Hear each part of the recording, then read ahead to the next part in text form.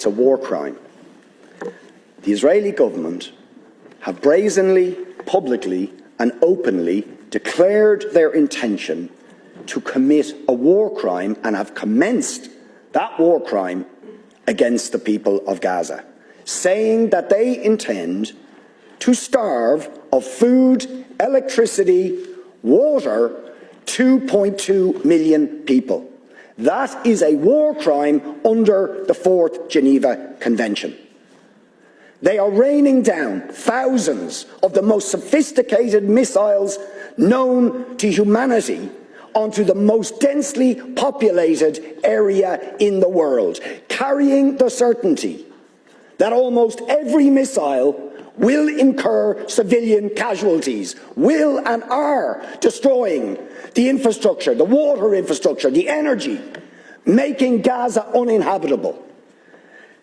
And using, in very credible reports, as they did in the past, chemical weapons, white phosphorus, being used by Israel.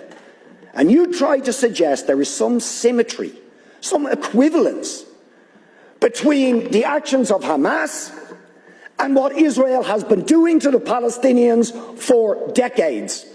Will you admit that the terrible loss of life and escalation of violence that we have seen in the last few days is simply a continuation of the crimes against humanity, the war crimes of the state of Israel against the people of Palestine?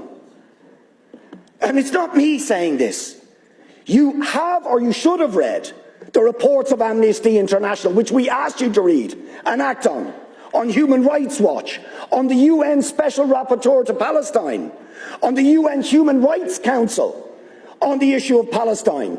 Do you know that the Israeli state will not even allow the UN Rapporteur on Palestine into the occupied territories, or the UN Human Rights Council in, because they know that they will bear witness to the ongoing ethnic cleansing, the ongoing illegal annexation of territory, the ongoing arbitrary detention of Palestinians without trial, the impunity when they assassinate a journalist like Shireen Abu Akleh. No justice, no sanctions. What do we actually get? The head of the most powerful state in the world, while Israel is threatening to commit war crimes against Israel, says we're going to give them more weapons and arms. We support them absolutely. So will you admit that the ultimate responsibility for the terrible, and every single loss of life is terrible, but is the failure of the United States, of the European Union, of the Western powers to hold to account Israel for ongoing, decades-long ethnic cleansing, war crimes, crimes against humanity, the denial of the most basic rights to the Palestinian people? As Gideon Levy said, Israel, a Jewish Israeli columnist, said yesterday, Israel can't imprison 2 million Gazans without paying a cruel price. Isn't that the truth? Deputy, please. I want to see an end to all killing, all violence, all death, and the release of all prisoners and hostages. But, you see, the problem here is that I do not believe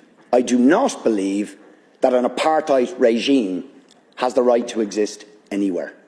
I do not believe that a regime that engages in ongoing, daily, weekly, monthly, ethnic cleansing of another group of people based on their race or ethnicity, which is what Israel is doing, has the right to perpetrate those crimes. These are crimes against humanity. This is a regime for decades has denied UN resolutions calling for the right of Palestinians, millions of them, ethnically cleansed since 1948, living in refugee camps in Lebanon, Syria, Jordan, cast to the winds of the world, denied statehood, denied identity, denied history, and they have the right to return, but Israel shoots them down if they try and assert that right, as happened in the Great March of Return. Let's remember that. Peaceful demonstrations in 2018 by the people of Gaza, attempting to assert their right to return, shot down.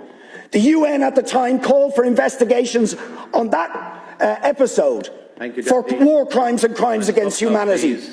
Will you call for sanctions against the apartheid regime of Israel? Will you call for the European Union and the United States to stop arming that regime to commit war crimes and crimes against humanity? Of course you won't.